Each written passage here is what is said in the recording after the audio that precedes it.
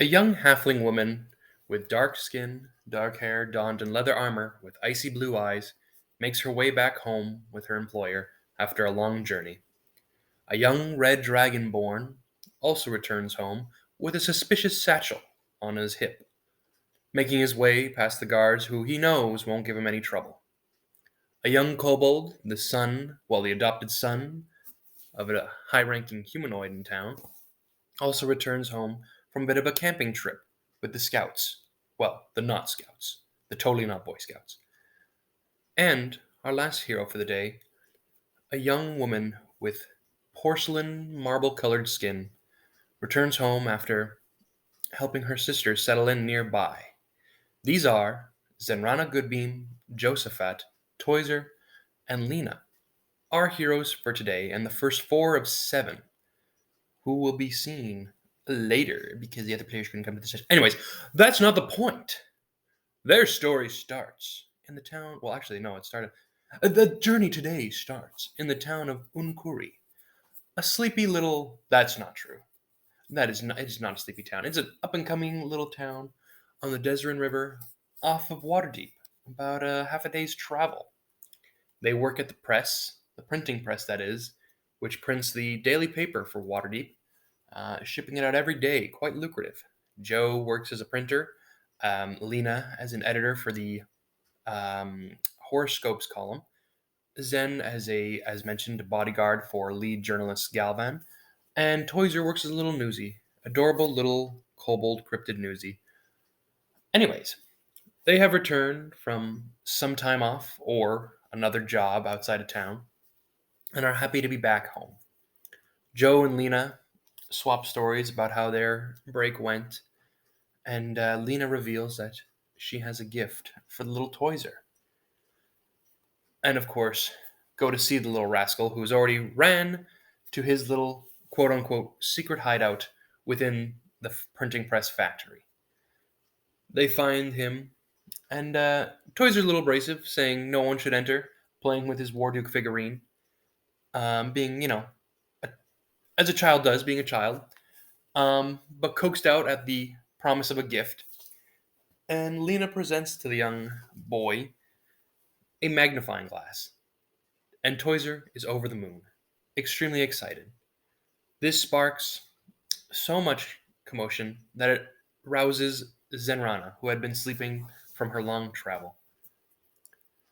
The four of them reconvene, ask how each other were, and start making their way to the center of town just to see what's going on.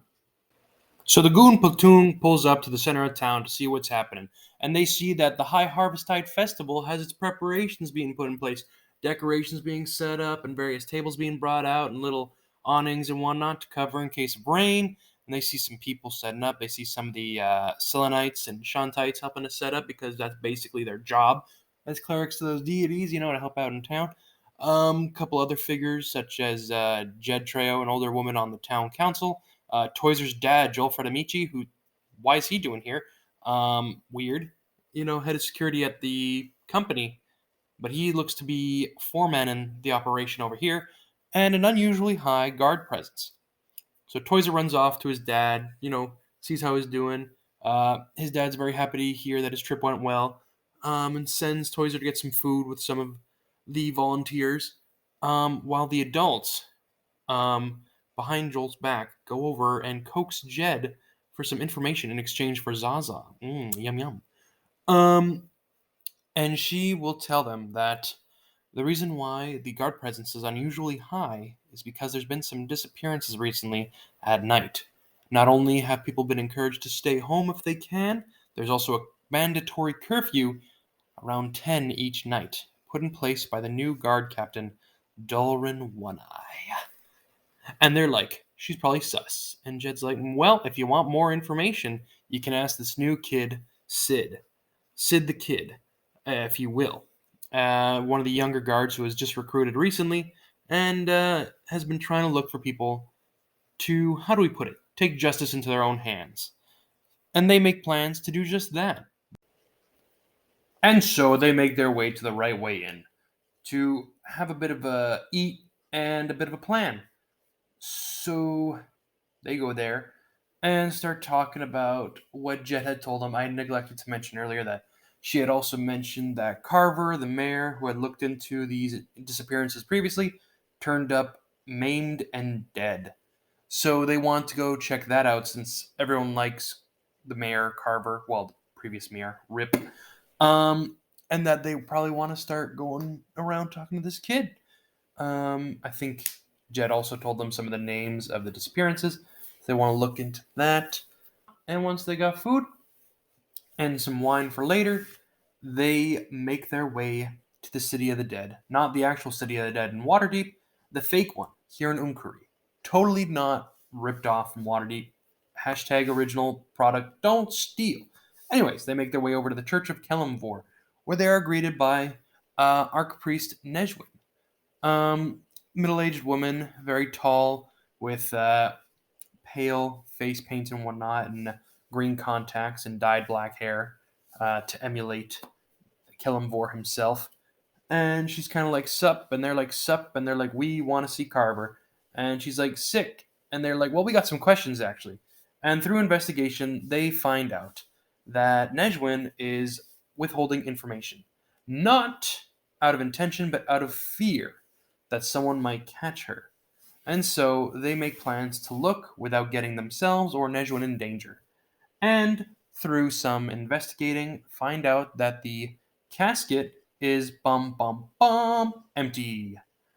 So at this, Nejwin's like, I bet. I'm going to get you the papers, the will, all that. You guys just wait here so it doesn't look suspicious. And they have a bit of a discussy like, someone really put it here. We should go see who put it here. What's going on? Why are they hiding stuff? And present evidence starts leading them to believe that that sussy new guard captain Dalrin might be behind this. And just as they start discussing that, of course, another person walks in to the catacombs where they're at, and it is a early middle-aged woman with darker graying hair, tawny skin, an eye patch, and one piercing blue eye pulls up. This is none other than Dalrin One Eye, the guard captain. And she's all like, oh, yeah, that's right. You guys weren't in town. Well, thank you for paying respects. And short story long, Toyser begins reading her mind while the other people suss her out. And basically, she's like, this is what's on her mind. She's like, damn, I wish these freaking kids would stop investigating. I hope they don't find anything out. Man, I really miss Carver. Had to do it to her. This is so sad. So they have, reason to be suspicious of Carver. Dolrin. Because Toyser literally read her freaking mind. And they're like, well, we got to start investigating. And they head out, leaving Dolrin to mourn. Well, they know there's nothing in there, the party, but they'll leave anyway. Oh yeah, they did put the fake body back, of course. They pull up. One of Nejwin's acolytes passes them a package. Well, not a package, some papers, and they say goodbye. And she kind of looks at Toyser to establish a telepathic link and be like, "Hey, did you get the papers?" And Toyser's like, "Yeah." And they head out and start reading it. It is Carver's last will and testament. Between all the legal jargon, it says that it was all that she leaves the care of the town to Dalrin for now, and her worldly possessions would go to one Darius Sonal, and Jed Treo, and of course the person who kind of like officiated the will was Solana Bors, one of the nobles up in the Contal estate, and the person who kind of signed off on it was Darius himself, one of the high rank. Well, actually, not one of the guy, like the guy, up who owns like half the town, the big old guy, also on town council. So they're like, we should probably go talk to them eventually. But first, they decide to go talk to Sid. Luckily, who was actually at the festival preparations overseeing stuff. And so they kind of hang out there, blend into the volunteers and, how you call it? What is it called? Not joy makers. Freaking, whatever. People having fun. And, also, I just remembered. It's not Josaphat. It's Jehoshaphat. No, Jehoshaphat. There we go. Yeah, I said it wrong earlier. Just wanted to throw that out there. This is not relevant to this part of the recap. Anyway, so they go. He gets off his shift, and they're like, "Hey, bud," and he's like, "Oh, hi, guys. What's up?" And they're like, "We know that you know," and he's like, "Oh, okay. We're going to my sister's house. We need to be somewhere safe and quiet." So they follow the kid up to his house. Short story long. He is in way over his head, knows too much, and his balls are too small to do anything about it. So he's been trying to find someone to help him out. And this is the long of short in short of it. He finds it very suspicious that, the mayor was quote unquote killed while investigating and the body was never found. Um, it's weird that these disappearances have started, and he thinks that some of the guards are withholding information intentionally. And he passes along the addresses and whatnot of the other three disappearances. The party already knew this from Jed, but the three people who had disappeared were Evan Tariki, um, a young, um, early adult, um, darker fella who worked at the press, um, young teen by the name of Arnold Hacker, who also disappeared, and then a little dwarf girl by the name of Grethen Brightaxe. And he gives them contacts to their families if they want to carry out the investigation and to let them know how it goes. And they make plans to meet up the next day to plan further on how to go forward. And of course, just, relay the information to him. And so they head right out first to search for Evan, because Evan was the one who Carver was looking for when she disappeared. And that takes them to the Mueller farm, where they find, really coincidentally, funny enough, they find Thom Tariki, who is Evan's older brother, and Verdi Mueller seems to be person who owns the farm, and they're talking because they are also very concerned about Evan, as he's been disappeared, and they don't know what to do. The guards haven't said anything.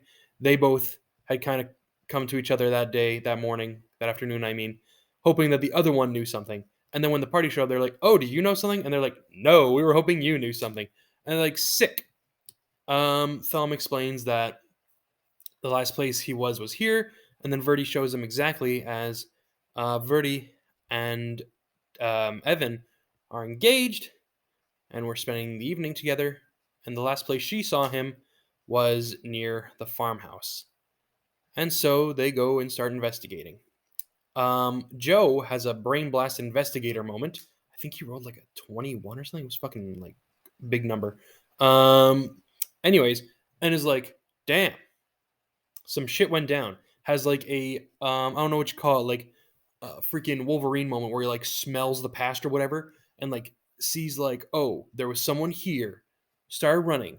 There was a got there was a net because he finds like a little piece of rope, and then someone picked them up and started walking, and that's where the investigation ended. However, Toyser with his survival is able to track the tracks, and so Toyser followed the tracks, and everyone followed Toyser, and that brought them back to well, actually not back. This brought them to town hall, specifically the side which the guards use as a barracks to get ready in the morning, and that is where the investigation starts and where the session ended.